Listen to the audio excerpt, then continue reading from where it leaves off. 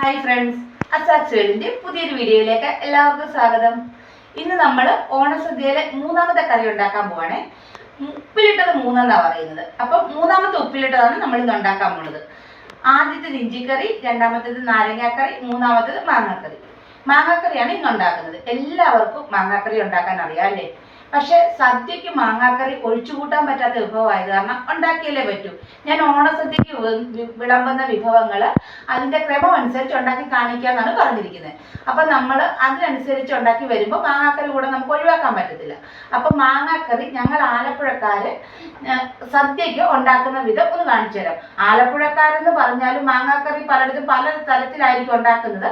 എന്നാൽ ശരി, ഞങ്ങൾ ഉണ്ടാക്കുന്ന വിധത്തിൽ നിങ്ങളിത് കാണിച്ചു തരാം. ഇഷ്ടപ്പെടുമെങ്കിൽ തീർച്ചയായിട്ടും ഈ ഓണത്തിന് ഇതുപോലൊന്ന് മാങ്ങാക്കറി ഉണ്ടാക്കി നോക്കണം കേട്ടോ. അപ്പൊ നമുക്ക് മാങ്ങാക്കറി ഉണ്ടാക്കാം. ഈ മാങ്ങ കൊണ്ടാണ് നമ്മൾ മാങ്ങാക്കറി വെക്കാൻ പോണത്.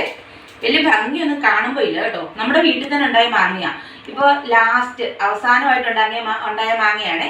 അപ്പോൾ ഞാനത് അഞ്ചെണ്ണെ കൊണ്ട് പറപ്പിച്ച് വെച്ചിരുന്നേ. അപ്പോൾ ഇതുകൊണ്ട് നമുക്ക് മാങ്ങാക്കറി ഉണ്ടാക്കാം. ഇത് പെട്ടെന്ന് നമുക്ക് ഉണ്ടാക്കിയെടുക്കാം കേട്ടോ. കൂടുതൽ കാര്യങ്ങളൊന്നും തന്നെ ഇല്ല. ഒന്ന് അരിഞ്ഞെടുത്ത് കഴിഞ്ഞാൽ പിന്നെ ശടപടിയുന്ന കാര്യങ്ങളെല്ലാം തീരും. നിമിഷ നേരം കൊണ്ട് മാങ്ങാക്കറി റെഡി. അപ്പോൾ ഇത് ഒത്തിരി ദിവസം ഇരിക്കുമെന്ന് ഞാൻ പറയുന്നില്ല കേട്ടോ. ഇത് ഓണസദ്യക്ക് വേണ്ടി മാത്രം എടുക്കുന്ന മാങ്ങാക്കറിയാണ്. അപ്പോൾ ഇത് കുറച്ച് ദിവസം ഒരു 1-2 ആഴ്ചക്കുള്ളൊന്നും ഇത് ഇരിക്കത്തില്ല. അത് ആദ്യം തന്നെ പറയണമല്ലോ. എന്നാൽ ശരി, ഈ മാങ്ങാക്കറിക്ക് ഒരു പ്രത്യേക ടേസ്റ്റാണ്. ഒരു നല്ലൊരു ടേസ്റ്റാണ്. അപ്പം ഞാൻ സദ്യക്ക് ഇങ്ങനെ മാങ്ങാക്കറി ഉണ്ടാക്കത്തുള്ളൂ. അല്ലാത്തപ്പോൾ പല രീതിയിലും ഉണ്ടാക്കും. സദ്യക്ക് ഇങ്ങനെ മാത്രമേ ഉണ്ടാക്കാറുള്ളൂ. അപ്പോൾ ഇത് നമുക്കിതൊന്ന് ഉണ്ടാക്കി നോക്കാം. അപ്പോൾ ഇത് നമുക്കൊന്ന് അരിഞ്ഞെടുക്കണം കേട്ടോ. അപ്പോൾ അരിഞ്ഞെടുത്തുകൊണ്ട് വരാം. മാങ്ങ അരിഞ്ഞെടുത്ത് കൊണ്ടുവന്നിട്ടുണ്ട്. ചെറുതായിട്ട് മാങ്ങ അരിഞ്ഞെടുത്തു. ഇനിയിപ്പോൾ അതിനകത്തേക്ക് നമുക്ക് ആവശ്യത്തിനുള്ള ഉപ്പ് ചേർക്കാവേ. ഇതൊരു നന്നായിട്ട് പുളിയുള്ള മാങ്ങയാണ്. മാങ്ങാക്കറി ഉണ്ടാക്കുമ്പം ഇച്ചിരി പുളിയുള്ള മാങ്ങ എടുക്കാൻ ശ്രദ്ധിക്കണേ.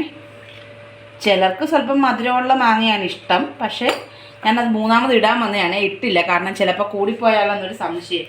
അത് കാരണം അത് ഇട്ടിട്ടില്ല കേട്ടോ. 3 സ്പൂൺ, ചെറിയ സ്പൂണിന് 3 സ്പൂൺ ഉപ്പിട്ടിട്ടുണ്ട്. ആ ഉപ്പിൻ്റെ സ്പൂൺ ചെറിയൊരു സ്പൂൺ, അതുകൊണ്ടാണ് അത്ര ഇട്ടത്.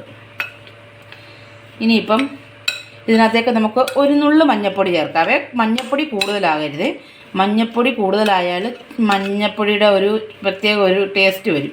അത് വരാതിരിക്കാൻ വേണ്ടി നമ്മളിപ്പോൾ ഒരു സ്വല്പം കളർ വരാൻ വേണ്ടി മാത്രമാണ് ഈ മഞ്ഞൾപ്പൊടി ചേർക്കുന്നത്. ഒരു നുള്ളു മഞ്ഞൾപ്പൊടി.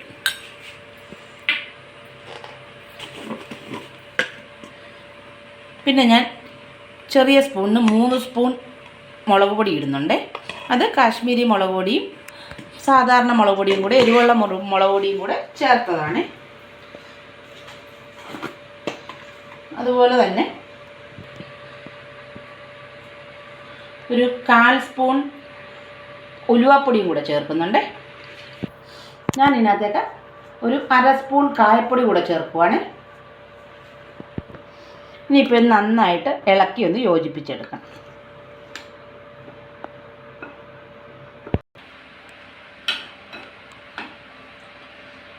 ഇത് പെട്ടെന്ന് നമ്മൾ ഉണ്ടാക്കിയെടുക്കും. ഞാൻ നേരത്തെ പറഞ്ഞില്ലേ, ഇത് ഒരുപാട് ദിവസം ഇരിക്കത്തില്ല. ഈ മാങ്ങാക്കറി നമുക്ക് ആവശ്യത്തിന് ഉപയോഗിച്ച് മാറ്റാം എന്നുള്ളതല്ലാതെ ഒരുപാട് ദിവസം ചീത്തയാകാതിരിക്കത്തില്ല. ഒരു 2 ആഴ്ചയൊക്കെ ഈ മാങ്ങാക്കറി നമുക്ക് ഉപയോഗിക്കാൻ പറ്റുള്ളൂ. നമ്മൾ നന്നായിട്ട് മിക്സ് ചെയ്ത് വെച്ചിട്ടുണ്ട്. ഇനിയിപ്പോൾ ഇതൊരു 3-4 മണിക്കൂർ, ഒരു 4 മണിക്കൂറെങ്കിലും ഒന്ന് അടച്ചു വെക്കണേ. അടച്ചു വെച്ച് ഒന്ന് റെസ്റ്റ് ചെയ്യാനായിട്ട് വെക്കണം. അതിന് ശേഷം ബാക്കിയുള്ള കാര്യം ചെയ്തെടുത്താൽ മതി.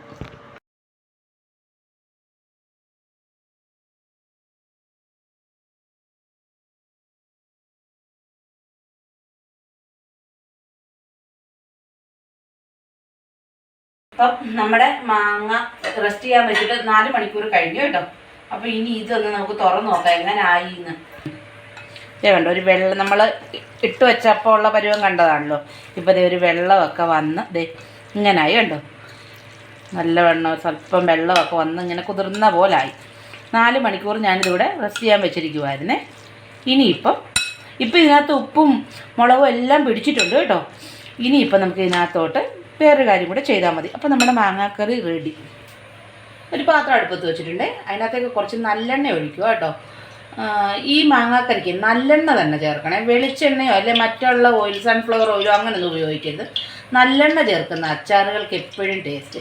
അപ്പോൾ ഒരു സ്വല്പം നല്ലെണ്ണ കൂടുതൽ ഒഴിച്ചിട്ടുണ്ട്. ഇനിയിപ്പം ഇതൊന്ന് ചൂടായി വരണേ. ചൂടായി വന്നതിന് ശേഷം ബാക്കി കാര്യങ്ങൾ ചെയ്യാം. എണ്ണ നന്നായിട്ട് ചൂടായിട്ടുണ്ട്.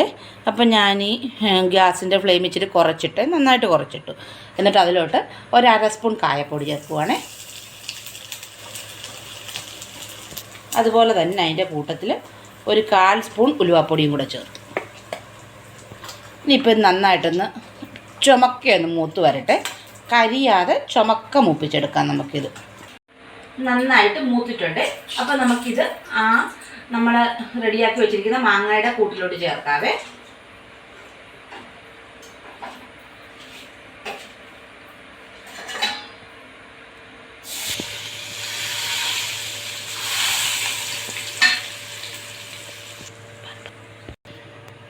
ഇനി നന്നായിട്ടൊന്ന് ഇളക്കി യോജിപ്പിക്കണേ. നല്ല ചൂടുള്ള എണ്ണയാണ് നമ്മൾ ഇതിനകത്തോട്ട് ഒഴിച്ചിരിക്കുന്നത്.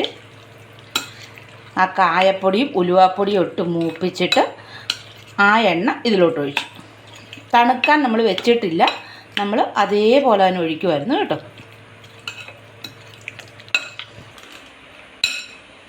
അപ്പോൾ നമ്മുടെ മാങ്ങാക്കറി റെഡി ആയിട്ടുണ്ട് കേട്ടോ. ഇനി ഇതിലൊന്നും ചെയ്യണ്ട. ഞാൻ ഉപ്പൊക്കെ നോക്കിയിട്ടുണ്ടായിരുന്നു, കറക്റ്റ് ഭാഗമായിരുന്നു. ഇനിയിപ്പോൾ ഒന്നും ചെയ്യണ്ട. ഇത് അടച്ചു വെക്കുക. നാളെ ഇതെടുത്ത് കുപ്പിക്കകത്താക്കി അടച്ചു വെച്ചാൽ മതി. ഞാൻ ആദ്യം തന്നെ പറഞ്ഞു, ഇത് ഒത്തിരി ദിവസം ഇരിക്കത്തില്ല, ഒരു 2 ആഴ്ച, അതിൽ കൂടുതൽ ഇത് കേടുകൂടാതിരിക്കത്തില്ല. പക്ഷെ സദ്യക്ക് നല്ല സൂപ്പർ അച്ചാറാണ്. ഇത്രയും നല്ലൊരു അച്ചാർ നിങ്ങൾ കൂട്ടി കാണത്തില്ല. ഒരു പ്രാവശ്യമെങ്കിലും ഒന്ന് ട്രൈ ചെയ്ത് നോക്കണം. അപ്പോൾ അടുത്ത വീഡിയോ ആയിട്ട് നാളെ വരാം.